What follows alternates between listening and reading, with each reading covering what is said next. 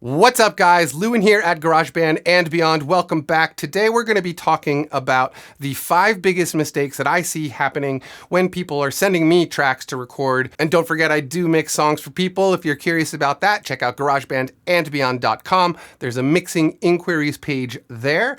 Check that out for all the details about having me mix songs for you. Anyway, let's get right into this top 5, all right? Number 5 on my list, we're going to be talking about the master channel output on whatever DAW you may be using. If you're in the tracking stage and the basic mixing stage, there should be absolutely no effects running in that master output. So I'm talking about compression, reverbs, choruses, EQs, anything like that should totally be reserved for the stage before you master the song. Okay, so just leave that channel pretty much empty. Of course, if you're running something like the Slate Digital virtual channels, you might have that in there. You also might be running the virtual tape machines. Those are not effects, so you can run those. Just don't do compression, reverb, stuff like that. That's why your mixes are not coming out cleanly in the end. It's probably one of the reasons. But anyway, just leave that channel pretty much empty until you're ready to start getting prepared for the mastering stage. Number 4 on my list is something I've made a few videos about already, so I'm just going to drop links for them in the more info area of this video if you want to get all the real details about these topics. But bad levels, okay? So we're talking about the signal to noise ratio again. Signal to noise ratio. There's a longer discussion in that link, but check that out. But anyway, what I'm talking about is, sometimes I get tracks and I see just, the guitar tracks are pretty good, looking real good, but the lead guitar solo is totally distorted. But then the vocals, when you look at them, just looks like a little thread with some fuzz on it. You guys, you have to make sure that your levels are recorded consistently across the board. You don't want some being too heavy and others being too little because you'll just never balance the mix that way. Understanding what the signal to noise ratio is absolutely essential for any engineer out there. So just do the research, figure out what that is, and you'll understand what I'm talking about, okay? So, consistent levels. Number 3, we're going to keep talking about signal levels, but in this particular case, we're going to be talking about them in the context of when you record, say you're the guitar player and you want to have one guitar on the left and one guitar on the right, so you have to record an identical part 2 times in a row. For some mysterious reason, I see this happening a lot, but the left guitar looks great, but the right-handed guitar, the signal strength is totally gone, or it's way too much.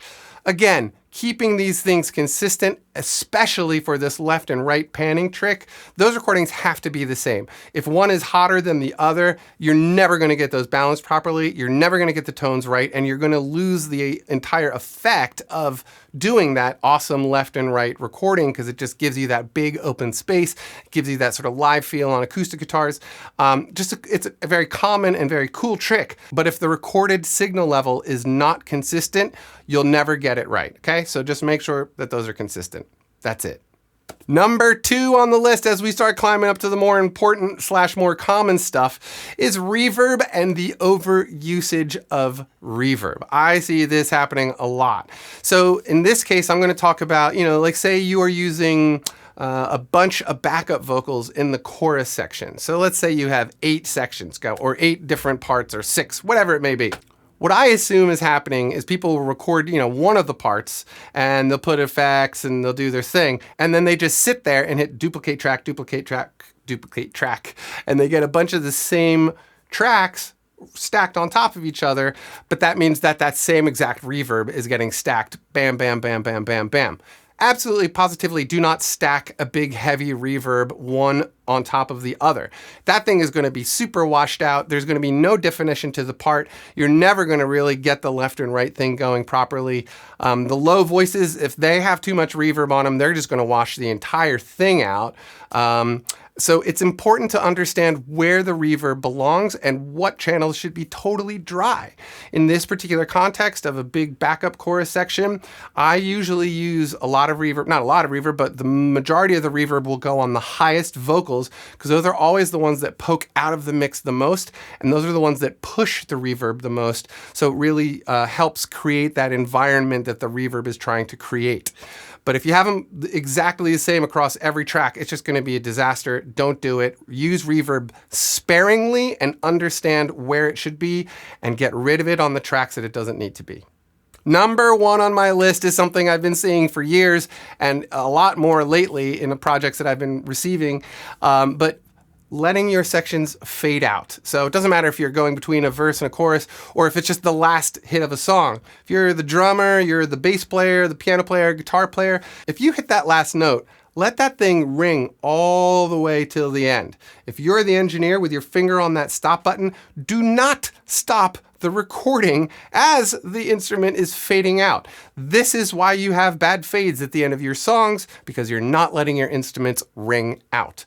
Also goes for between sections. So say you're playing a clean guitar part in the verse, but then you want it to switch to a distorted part in the chorus. Very common thing to record them as individual tracks separately.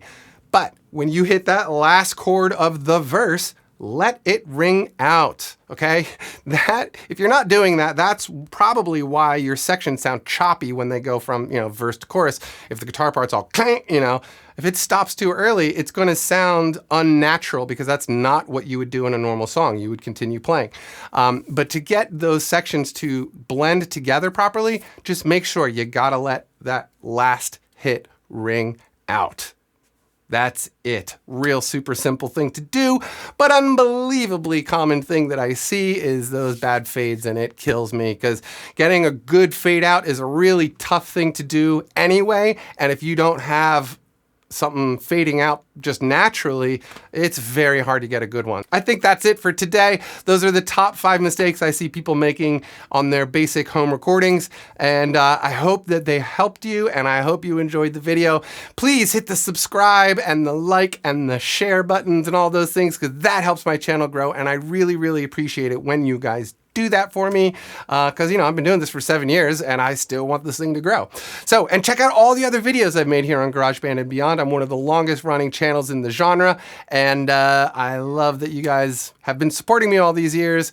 So check out all the other videos, and I think that is it. All right, you guys have a great day, and I'll talk to you later. Peace.